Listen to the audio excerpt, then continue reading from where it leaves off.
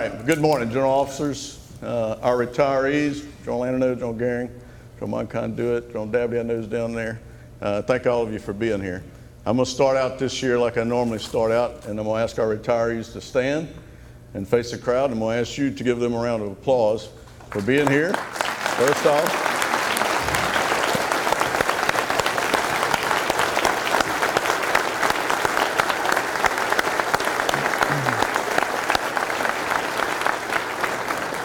Because I assure you, they created the organization that we enjoy today, and we stand on their shoulders from the hard work that they put in. So thank you for what you did in your active service, and thank you what you do for us now as veterans, and for being with us today. I try to tell these folks all the time, there's a million places you could be, and other things you could be doing, but you choose to be with us, and so I thank you very much for that. Okay. I've got a few slides I'm going to try to go through here in just a few minutes. But first, I'd like for them to roll, if they would, the video, kind of your performance this year. So if we're ready, y'all keyed up?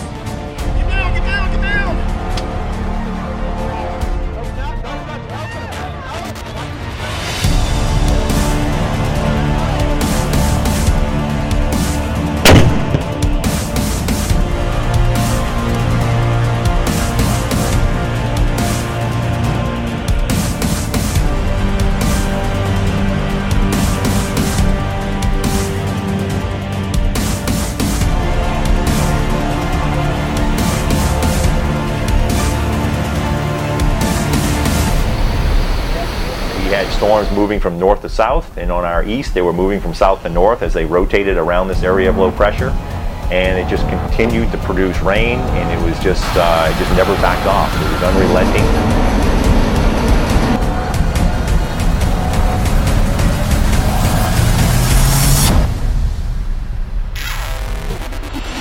You know, there are a million other things that somebody could be doing other than serving in the Louisiana National Guard. And being prepared to put your lives on hold when a nation or state calls you. And you know, not as a general. You know, this is a simple American citizen. I appreciate that more than anything.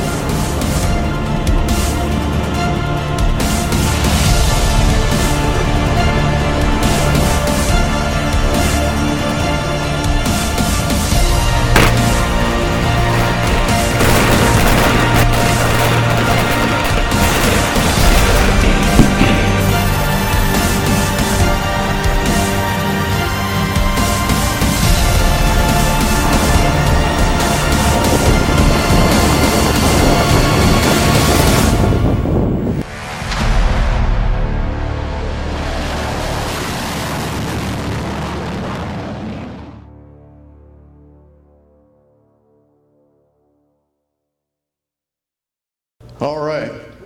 Well, after that video and our Commander-in-Chief speaking to us and what he had to say, I've got a hard act to follow.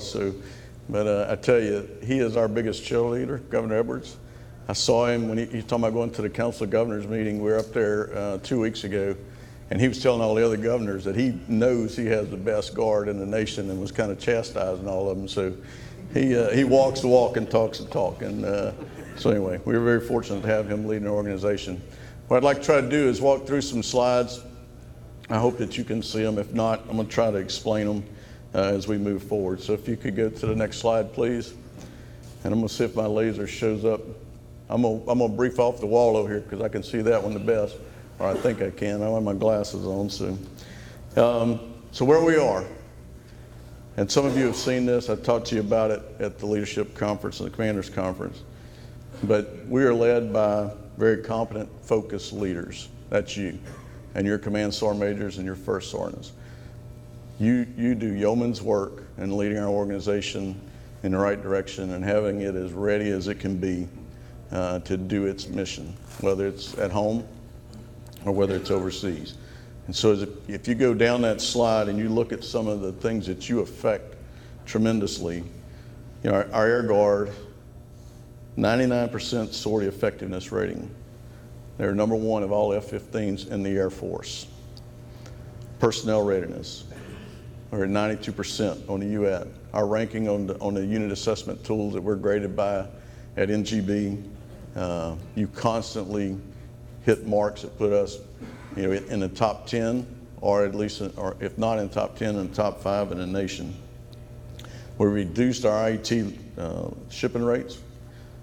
That is in your because of your efforts. Our retention rate in the Air Guard is at 90%, and they're at 110% end strength. I can tell you, if I allowed them, they would probably be 125 or 130% of their end strength. If you look at both organizations, Army and Air, we're over 100% of our manning documents. That is a big deal. When you look at other states in the Union, there are not many that can say that. This past year, they went through a selection process as we look at future force structure growth and opportunities. They identified 20 states that could grow force structure.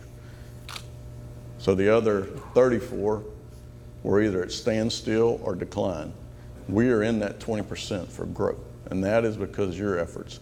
And the way I look at it, we have a great force structure that we've worked on probably for 60 years or 50 years that helps us in state emergencies. But there are some other capabilities out there that I would like for us to go and get if those opportunities come forward. And so you have set the conditions for us to be able to do that. Duty MOSQ at 95%. That puts us number 10 in the nation, but you know, I can remember as a young officer, we would have passed out if we thought we could have got to 95% duty MOSQ. And that's because of your efforts as leaders. The performance of our F-15s at Red Flag. Now, I don't know a lot about kill ratios and flying F-15s. Matter of fact, I know nothing about them. But I listened to our airmen and the leadership in our Air Guard, and a 6-to-1 kill ratio is hot stuff. And so while they stay in 5-star hotels and drink like fish, undoubtedly they can fly, fight, and kill. So congratulations to them. And then, as the governor spoke earlier, what you did in the floods this year, and then our last year, and then what you did during a tornado that hit New Orleans, are nothing short of miraculous. Go to the next slide, please. Okay, so I'm going to kind of start at the national level, how I see things and kind of where we're going, and I'm going to try to walk it down a little bit. The new administration, there's a commitment to rebuild our military. The number that I hear, and you probably hear it too, is $53 billion. And I think that's a pretty solid number, just based on what I hear on TV, but also the meetings I've been in recently up in DC. I will tell you that the Army, active Army, is trying to grow, but they are struggling to grow.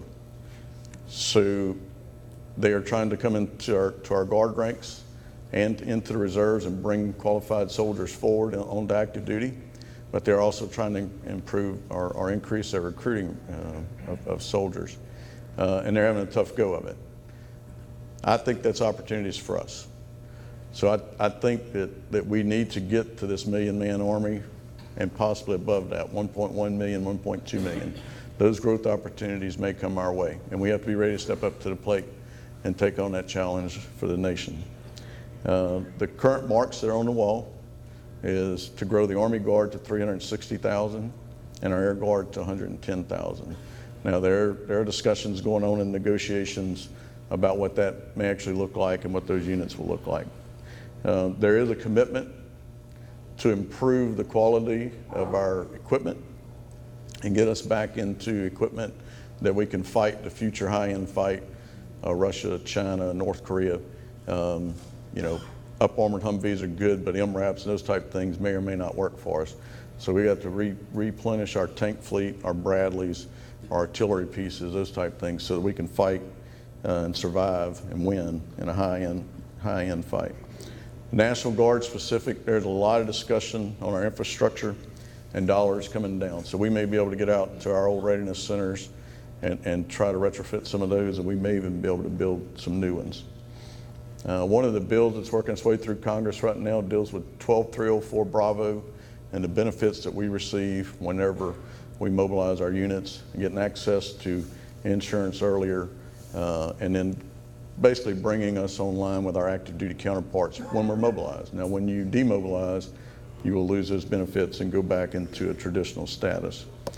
Full-time manning, we are working to try to grow our full-time manning to 20% on the Army side and maintain it at 35% on the air side.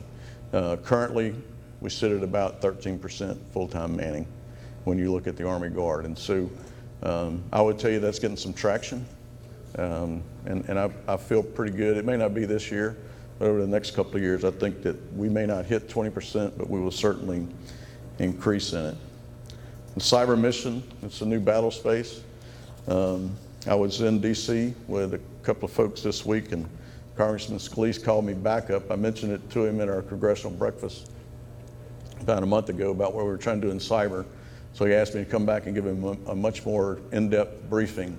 And he had Congressman Alexander, who's on the House Armed Services, and Congressman Higgins, who is on Homeland Security, in there with us and their staffs. And so they're partnering with us to try to grow our cyber capabilities in the state. And we're going to go after those. And we're going to try to help ourselves, but also help the state of Louisiana in what we do in the cyber domain. All right, next. So the focal areas for me, I've already touched on some of them. Of course, is force structure growth. We've asked for some particular capabilities in the state, one of those being cyber, another one being Chinooks. I don't know that we will get those. The Army's looking at growing artillery units and air defense. And so, we may be offered some of those somewhere down the line. If we are, we'll make the appropriate decisions at that time. I want to continue to try to improve our facilities where our soldiers and our airmen show up and try to do their training. Of course, for me, it's all about personnel readiness, and that's in the retaining, recruiting, training into the world. And then we're going to be ready to deploy for all hazards, as we always are. The last one on there that I've mentioned to you before that's still critical is this Title 32 to Title 5 conversion of our technician force. Current law, NDAA 2016, is that 20% of our technicians will convert to Title 5 civilians by October of this year. We have not started that process. I would tell you that the 46 governors last March, signed a letter saying that was unacceptable and asked for it to be repealed or greatly reduced, and the effects on readiness. When they met 2 weeks ago, they did not blink. They recommitted themselves to that effort, and so the governors have told the adjutant generals, you stand over here, we have this as governors, and they are addressing it with the United States Congress. For me and for the adjutant generals, it's all about readiness. You live it. When we respond, the first people out the door is our full-time force.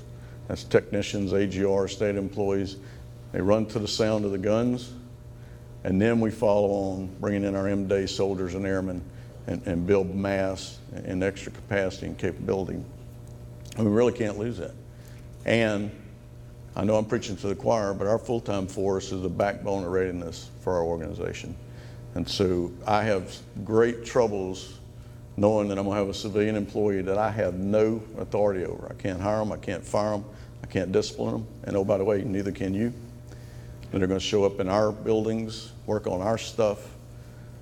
I think that's a break in what the National Guard is and what the Militia Act, if you go back in time, stood for. And so, as long as there's breath in me, I'm going to continue to fight it. But I would tell you the governor's reiterated that to the congressional delegations that have been working it. Okay, go to the next one.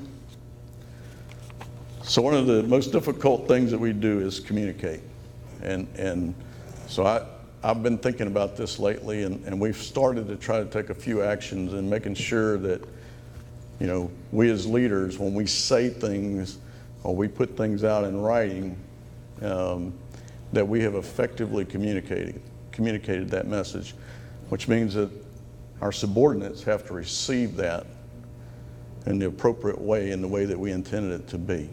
And so I would tell you that communication is one of the hardest things you do, as you know. But when you start talking generational communication, it's quite different. So go to the next slide. Some of you may have seen this, but it'll probably shock you as it did me. So if you look at baby boomers, which ended in 1964, I'm a baby boomer.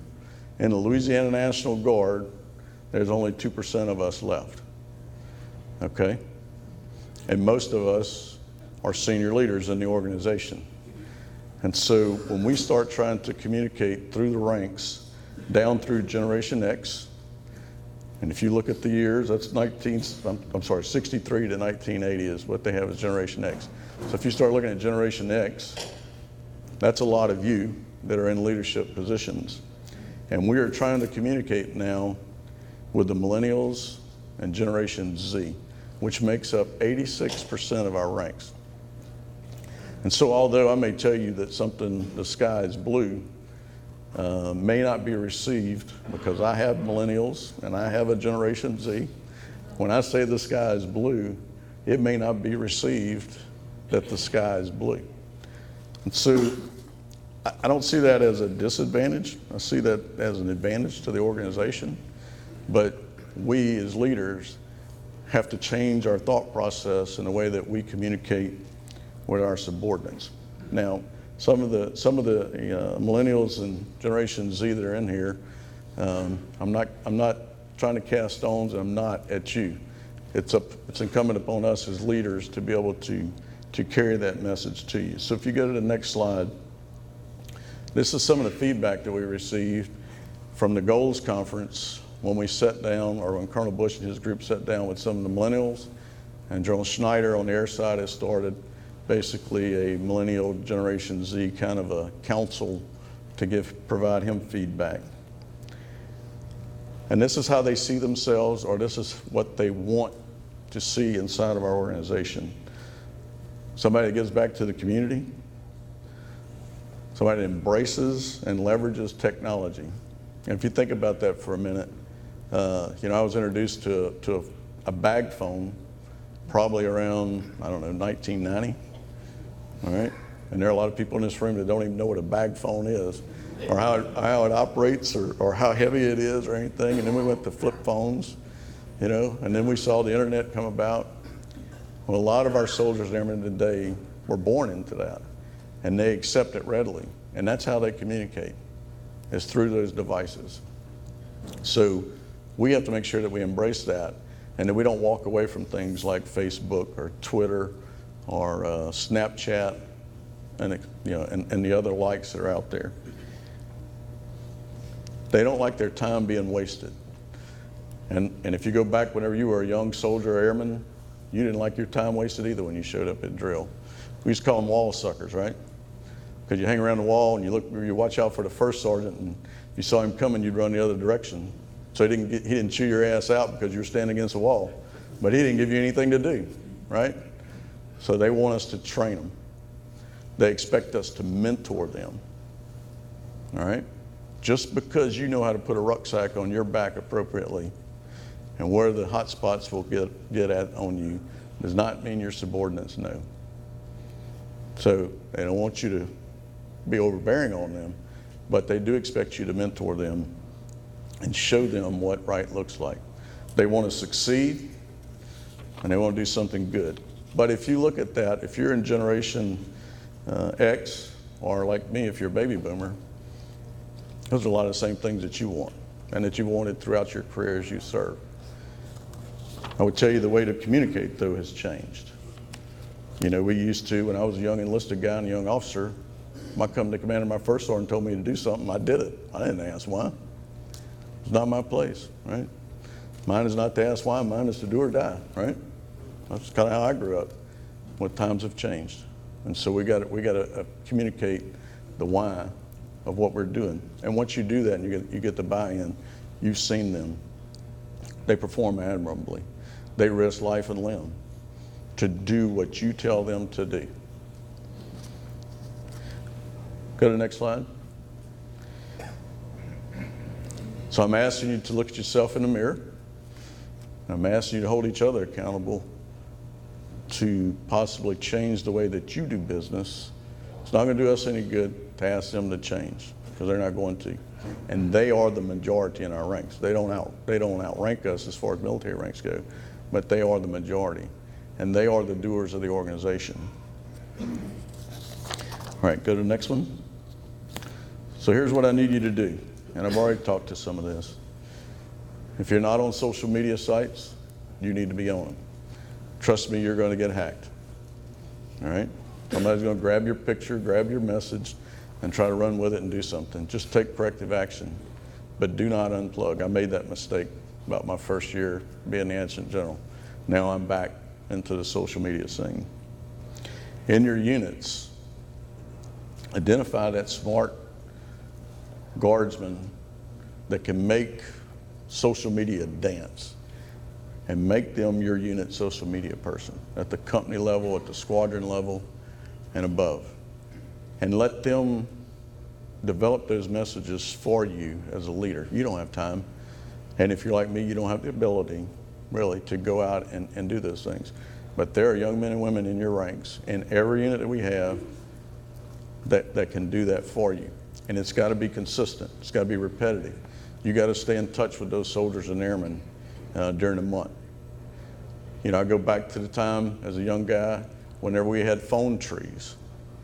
And, you know, as a company commander, I was responsible to call my lieutenants, right? My first sergeant was responsible to call his platoon sergeants, and they called the squad leaders, and the squad leaders were supposed to call their soldiers.